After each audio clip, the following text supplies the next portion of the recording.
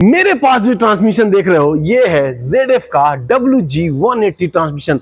और आज की वीडियो में आपको कंप्लीट इसके वर्किंग के बारे में बताने वाला हूं कि ये कैसे काम करता है। वायरिंग डायग्राम के बारे में बताऊंगा, जब गियर शिफ्ट करते हैं तो कौन सा सोलेनोइड वाल्व एक्टिवेट होता है, कौन सा डीएक्टिवेट होता है, इसके बारे में बताऊंगा। और हर गियर शिफ्ट में कौन सा क्लच इंगेज होता है, कौन सा डिसएंगेज होता है, सब कुछ डिटेल से बताने वाला हूं। तो मैं हूं आपका दोस्त इंजीनियर नवाब और आप देख रहे हो कंप्लीट इंजीनियरिंग। चलो वीडियो को शुरू करते हैं। तो ये है इस ट्रांसमिशन का पूरा सेटअप। सबसे पहले मैं आपको वायरिंग डायग्राम के बारे में बताता हूं।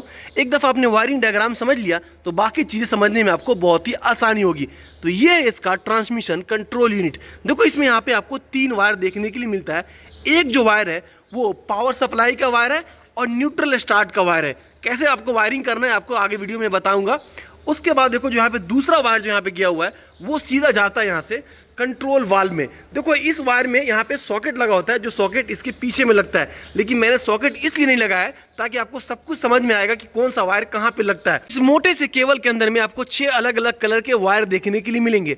जो व्हाइट वाला वायर है ना, ये फॉल्स वायर है, इसमें ना वोल्टेज सप्लाई आता है और ना ही ये कहीं पे कनेक्ट होता है। जो इसमें ब्लैक वाला वायर है वो माइनस है, यानी कि नेगेटिव वायर है, वो ग्राउंड वायर है। तो देखो यहाँ पे वाल्व के बॉडी में लगा हुआ है। जो इसमें येलो वाला वायर है फर्स्ट वाले सोलेनोइड वाले में लगता है, जो ब्लू वाला वायर है वो सेकंड वाले में, जो ग्रीन है वो थर्ड वाले में, और जो रेड है वो फोर्थ वाले सोलेनोइड वाल्व में लगता है। और जो ट्रांसमिशन कंट्रोल यूनिट का तीसरा वायर है वो इस सॉकेट के थ्रू यहाँ पे कनेक्टर लगा होता है, उसके थ्रू वो आता है गियर सिलेक्टर में। जहां पे आप गियर सिलेक्ट करते हो फॉरवर्ड रिवर्स 1 2 3, वो इस वाले सिलेक्टर में आता है। और अब बात करते हैं कि इसमें वोल्टेज सप्लाई आपको कैसे देना है। तो देखो जो इसमें व्हाइट वाला सॉकेट है उसमें 2 कलर का वायर है, रेड है और ब्लैक है। 2 रेड वायर है और 2 ब्लैक वायर है। तो जो रेड वाला वायर है उसमें आपको 24 वोल्ट का आपको पॉजिटिव सप्लाई देना है, और जो ब्लैक है उसमें आपको ग्राउंड पे रखना है। तो जैसा कि आप देख पा रहे हो मैंने इसमें 24 वोल्ट का सप्लाई दे दिया हुआ है। जैसे ही आप इसमें 24 वोल्ट का सप्लाई दोगे आपका जो ट्रांसमिशन कंट्रोल यूनिट है वो ऑन हो जाएगा। जैसे ही ट्रांसमिशन कंट्रोल यूनिट ऑन हो जाएगा, अगर आपका गाड़ी न्यूट्रल पोजीशन में है तो जो कंट्रोल वाल्व का सोलेनोइड वाल्व नंबर 1 है उसमें वोल्टेज सप्लाई आएगा, और जो 3 नंबर है उसमें वोल्टेज सप्लाई आएगा। अगर वोल्टेज सप्लाई नहीं आ रहा है तो कहीं ना कहीं वायरिंग का प्रॉब्लम है, या फिर आपका जो ट्रांसमिशन कंट्रोल यूनिट है वो ऑन नहीं हो रहा है, या फिर गियर सिलेक्टर में कोई ना कोई प्रॉब्लम है। और अब बात कर लेते हैं ट्रांसमिशन ऑयल लाइन के बारे में। तो देखो कंट्रोल वाल्व में आपको 6 आउटपुट ऑयल के लाइन मिलते हैं, यानी कि इस वाले जो गियर बॉक्स है उसमें 6 क्लच पैक है। कैसे क्लच पैक होते हैं मैं आपको वो दिखा देता हूँ। देखो ये इस तरीके का क्लच पैक हाउसिंग है। एक हाउसिंग में 2 क्लच पैक है, एक इस वाले साइड में और दूसरा इस वाले साइड में।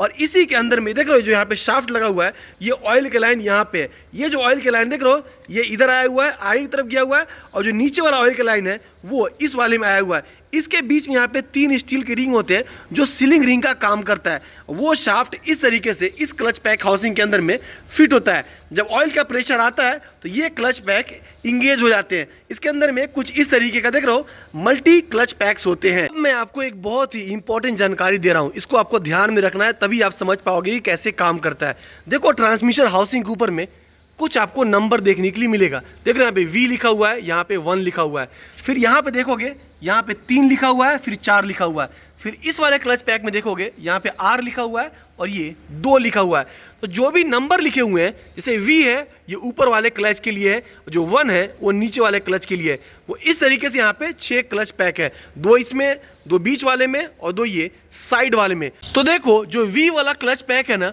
वो सिर्फ और सिर्फ फॉरवर्ड गियर में इंगेज होगा, और जो R वाला क्लच पैक है वो सिर्फ और सिर्फ रिवर्स गियर में इंगेज होगा।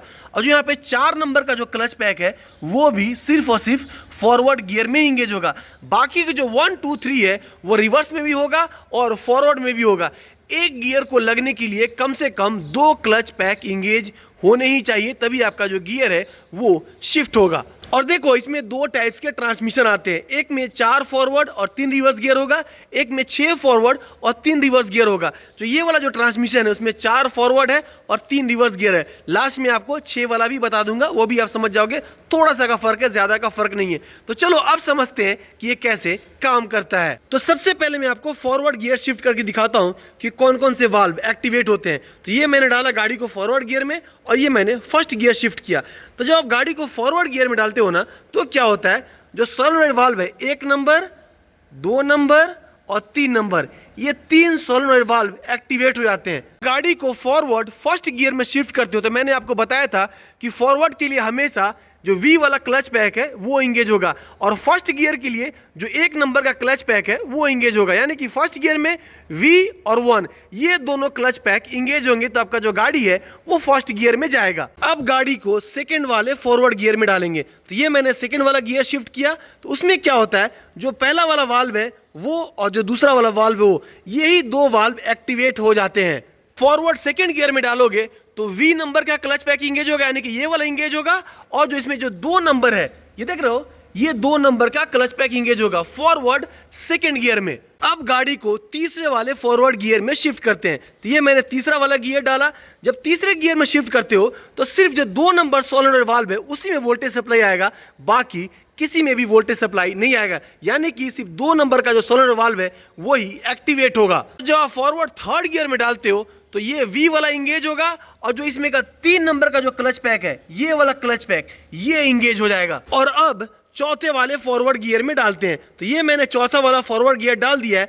जो गाड़ी को चौथे वाले फॉरवर्ड गियर में डालते हो तो सिर्फ और सिर्फ जो चौथे नंबर का सोलेनोइड वाल्व है वही एक्टिवेट होता है, बाकी देख रहे हो किसी में भी वोल्टेज सप्लाई नहीं आएगा। और जब आप फॉरवर्ड फोर्थ गियर डालते हो तो उसमें क्या होगा, ये जो 4 नंबर का क्लच पैक है ये और जो 3 है ये दोनों क्लच पैक एक साथ में इंगेज होंगे तो जो आपका गाड़ी है वो फॉरवर्ड फोर्थ गियर में चलेगा। अब बात करते हैं रिवर्स गियर की। तो जब गाड़ी को रिवर्स गियर में डालते हो और पहला वाला रिवर्स गियर में शिफ्ट करते हो गियर, तो जब फर्स्ट गियर में डालोगे रिवर्स में तो जिसका चारों वाल्व है उस चारों में वोल्टेज सप्लाई आएगा, 1 में भी, 2 में भी, 3 में भी और 4 में भी, यानी कि जो रिवर्स का फर्स्ट गियर है वो चारों सोलेनोइड वाल्व को एक्टिवेट करेगा। जैसे ही गाड़ी को आप रिवर्स गियर में डालते हो तो मैंने आपको शुरू में बताया था कि रिवर्स गियर में जो R वाला क्लच पैक है वो हमेशा इंगेज होगा। तो रिवर्स फर्स्ट गियर डालोगे तो ये R इंगेज होगा और जो यहाँ पे 1 नंबर का क्लच पैक है ये इंगेज होगा, यानी कि ये वाला और इसका जो ऊपर वाला क्लच पैक है वो इंगेज होगा रिवर्स फर्स्ट गियर में। अब शिफ्ट करते हैं रिवर्स सेकंड गियर। तो ये मैंने सेकंड गियर में डाल दिया हुआ है। जब रिवर्स में सेकंड गियर डालते हो तो 1 में आएगा, 2 में आएगा, लेकिन 3 में नहीं आएगा और चौथे वाले सोलेनोइड वाल्व में आएगा। जब आप गाड़ी को रिवर्स सेकंड गियर में डालते हो तो R तो इंगेज रहेगा ही, R के बाद जो दूसरा नंबर का जो क्लच पैक है वो भी इंगेज होगा, यानी कि ये वाला और ये वाला, ये 2 क्लच पैक जब इंगेज होंगे तो जो आपका गाड़ी है वो सेकंड गियर रिवर्स में जाएगी। सबसे लास्ट में रिवर्स थर्ड गियर। जब रिवर्स थर्ड गियर में आप डालते हो तो देखो 1 में नहीं आएगा, 2 में आएगा, फिर 3 में नहीं आएगा, फिर 4 में आएगा, यानी कि 2 नंबर और 4 नंबर का वाल्व एक्टिवेट होगा रिवर्स थर्ड गियर में। अगर आप गाड़ी को थर्ड गियर रिवर्स में शिफ्ट करते हो तो ये R वाला इंगेज होगा और जो यहाँ पे तीसरा वाला जो क्लच पैक है ये वाला क्लच पैक ये इंगेज होगा तो जो गाड़ी है वो थर्ड गियर रिवर्स में चलेगी। अगर आपका ट्रांसमिशन 6 स्पीड का ट्रांसमिशन है तो सिर्फ उसमें 2 गियर में फर्क आएगा, सेकंड गियर में और फोर्थ गियर में। तो उसके लिए क्या किया, मैंने एक चार्ट बना दिया है। इस चार्ट में देखो जो ब्लैक डॉट है वो ये बताता है कि कौन सा वाल्व एक्टिवेट होगा और इसके सामने देखो जो क्लच है वो कौन सा क्लच इंगेज होगा उसका नंबर यहाँ पे लिखा हुआ है, सेकंड वाले में भी और फोर्थ वाले में भी। और ये दोनों का चार्ट है, 4 स्पीड वाले का भी चार्ट है और 6 स्पीड वाले का भी चार्ट है। आप इसको पॉज करके अच्छे से समझ सकते हो, नहीं समझ पा रहे तो स्क्रीनशॉट ले लो, आप बाद में इसको अच्छे से देख लेना। और सबसे लास्ट में मैं आपको बताता हूँ न्यूट्रल स्टार्ट वाले वायरिंग के बारे में। तो जो ये वाला सॉकेट है उसको जो आप देखोगे इसमें देखो यहाँ पे एक ऑरेंज कलर का वायर है। इसमें क्या करना है, 24 वोल्ट का वोल्टेज सप्लाई देना है। जब इसमें आप वोल्टेज सप्लाई दोगे तो इसका देखो बीच वाला जो पिन है देख रहे हो इसमें वोल्टेज सप्लाई आ रहा है, ठीक है। इसलिए आ रहा है क्योंकि जो आपका गाड़ी है वो अभी न्यूट्रल पोजीशन में है। जैसे ही गाड़ी में आप गियर शिफ्ट करोगे, फॉरवर्ड डालो या फिर रिवर्स डालो, कुछ भी डालो, तो क्या होगा, जैसे आपने गियर डाला तो अभी देख रहे हो यहाँ का अभी ये पावर सप्लाई खत्म हो गया। तो जब पावर सप्लाई खत्म होगा तो आपके गाड़ी का जो इग्निशन स्विच है वो गाड़ी को स्टार्ट नहीं करेगा। फिर जब न्यूट्रल में डालोगे उसमें पावर सप्लाई आएगा, आपका गाड़ी स्टार्ट हो जाएगा। तो ये था डिटेल वीडियो इस ट्रांसमिशन की वर्किंग के बारे में। जिन लोगों को ये जानना है कि इस ट्रांसमिशन को ओवरऑल कैसे करते हैं, इसके कंट्रोल वाल्व को कैसे रिपेयर करते हैं, इसका लिंक आपको डिस्क्रिप्शन में मिल जाएगा। तो चलो मिलते हैं नेक्स्ट वीडियो में नए टॉपिक के साथ में।